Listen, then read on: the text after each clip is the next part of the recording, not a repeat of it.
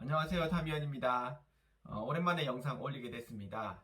이번 시간에는 상증세법상 시가에 대해서 설명을 드릴 텐데, 시가 중에서도 평가 기간, 그리고 거래가액, 감정가액과 같이 자주 받는 질문들 중심으로 설명을 드리도록 하겠습니다.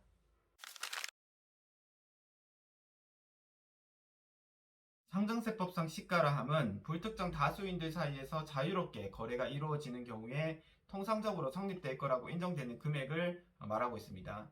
그래서 세법에서는 이 거래가액이나 감정가액, 수용 경매, 공매가액이 있는 경우에는 그 금액을 우선적으로 적용을 하되, 이 금액들이 없는 경우에는 개별주택 가격이나 공동주택 가격, 개별 공시지가 같은 기준시가를 적용하도록 되어 있습니다. 그런데 일반적으로 이 거래가액이나 감정가액, 수용 경매 공매가액은 이 기준시가보다 높게 형성이 되기 때문에 세금 측면에서 굉장히 유의미하다고 말할 수가 있고, 이 납세자 입장에서는 이 절세의 방식으로도 활용될 수 있는 반면에, 이 과세관청 입장에서 또한 과세의 방식으로도 활용될 수 있을 정도로 시가라 함은 굉장히 세금 면에서 중요하다고 말씀을 드릴 수가 있습니다. 그런데 시가라고 하는 것은 가격 등락이 굉장히 심하기 때문에 모든 기간에 걸쳐서 고려를 해줄 수는 없습니다. 그래서 세법에서는 특정한 기준을 중심으로 일정 기간 이내에 아까 설명드린 거래가액이나 감정가액이 있었던 경우에는 그 가액을 적용하도록 해주는 기간을 설정해 두고 있는데, 그 기간을 시가의 평가기간이라고 합니다. 이 평가기간은 원칙적으로 증여와 상속을 나눠서, 증여의 경우에는 증여 전 6개월부터 증여 후 3개월까지의 기간 이내에 증여세 신고가 있었다면 그 신고일까지 기간을 정하고 있고, 상속의 경우에는 상속 전 6개월부터 상속 후 6개월까지 기간 이내에 상속세 신고가 있었다고 하면 그 신고일까지를 기간으로 정하고 있습니다. 그래서 납세자가 아셔야 되는 첫 번째 중요한 점은, 증여 상속 전 6개월부터 증여 상속 신고일까지의 해당 자산에 대한 거래가액이나 감정가액, 수용 경매, 공매가액이 있었다고 하면 해당 금액을 시가로 적용을 해야 한다는 점이 첫 번째 중요한 점이고, 두 번째로 중요한 점은 증여 상속 전 6개월부터 증여 상속 전 2년 이내의 기간 이내에 가격 등락이 심하지 않은 자산이 거래가액이나 감정가액, 수용 경매 공매가액이 있었다고 하면 원칙적인 평가 기간에도 불구하고 국세청에서는 과세의 방식으로서 평가심의위원회를 열어서 가격으로 정할 수 있도록 하고 있습니다.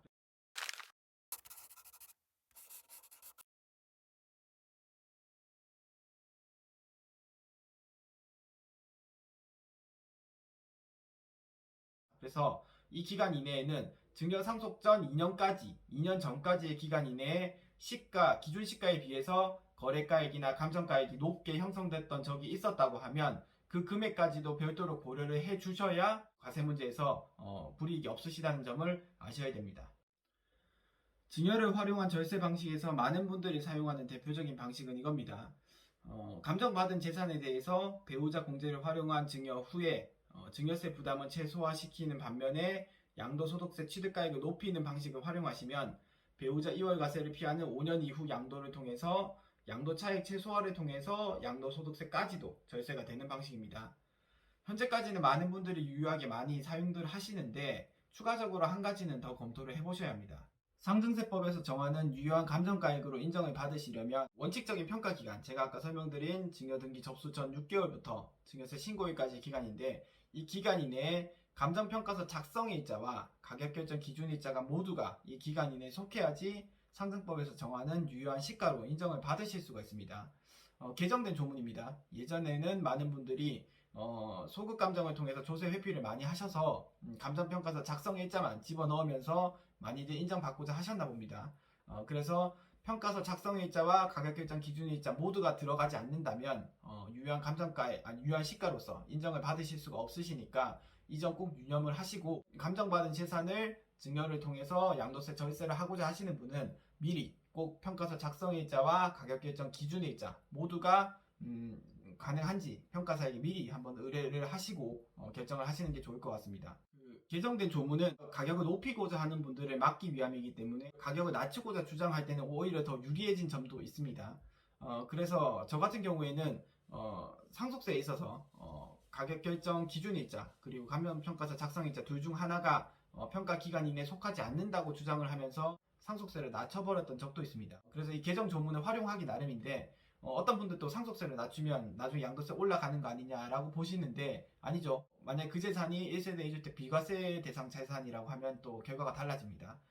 그래서 어떻게 활용하시는지에 따라서 다르기 때문에 이 감정을 통한 증여, 감정을 통한 상속 이런 부분들은 많이들 활용을 하시면 절세에 있어서 유효한 방식이 한두 가지 정도는 나오실 거라고 믿습니다. 그리고 상속을 통한 절세에 있어서 많은 분들이 활용하시는 방식은 이겁니다. 상속 개시 후 6개월 이내 양도를 하는 경우에는 그 금액이 매매 사례 금액으로서 상속세 시가에 포함이 되기 때문에 상속세 부담은 늘어나는 반면 양도소득세의 차익은 없어져서 양도소득세는 부담을 하지 않는다. 이런 절세 방식인데 어떤 분들은 질문을 하시겠죠. 상속세 부담이 너무 많아지는 거 아닙니까? 라고 물어보시는데 이게 유효한 이유는 상속재산이 너무 많지 않으신 경우에는 상속세는 배우자가 있는 경우 기본 10억까지는 공제가 되시고 배우자가 없어도 기본적으로 5억까지는 공제가 되시기 때문에 상속재산이 많지 않으신 분들은 6개월 이내만 양도를 하시면 상속세도 없고 양도소득세도 없는 지점이 생기는 겁니다.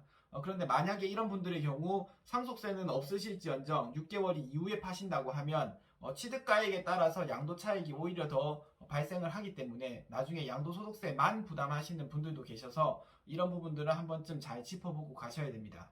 많은 분들이 상속 개시 후 6개월 이내 계약만 하면 되는 거냐, 잔금까지 받아야 되는 거냐 질문을 많이 하시는데 사례에 따르면 매매 계약까지만 이루어지면 상속세 시가로서 거래가액으로 인정이 되어집니다. 그 사례에서는 잔금을 받지 않았기 때문에 오히려 상속세 시가로서 인정을 하고 싶지 않다고 주장을 했지만 받아들여지지 않았습니다. 왜냐하면 매매 계약이 원칙적인 평가 기간 이내에 속했기 때문입니다. 그래서 상속 개시 후에 양도를 고려하시는 분들은 상속세 재산가액을 높이고 싶으신 분들은 매매 계약을 앞당겨 하셔야 되고요. 그런데 상속세 부담을 하지 않고 나중에 양도세로 밀어버리고 싶다고 하시는 분들은 오히려 매매 계약을 뒤로 하셔야 됩니다. 착각을 하셔서 사례와 같이 양도 잔금 기준이라고 생각하시면 매매 계약을 너무 빨리 하게 되면서 상속세 부담이 늘어날 수 있는 점을 한 번쯤 체크를 해보셔야 됩니다.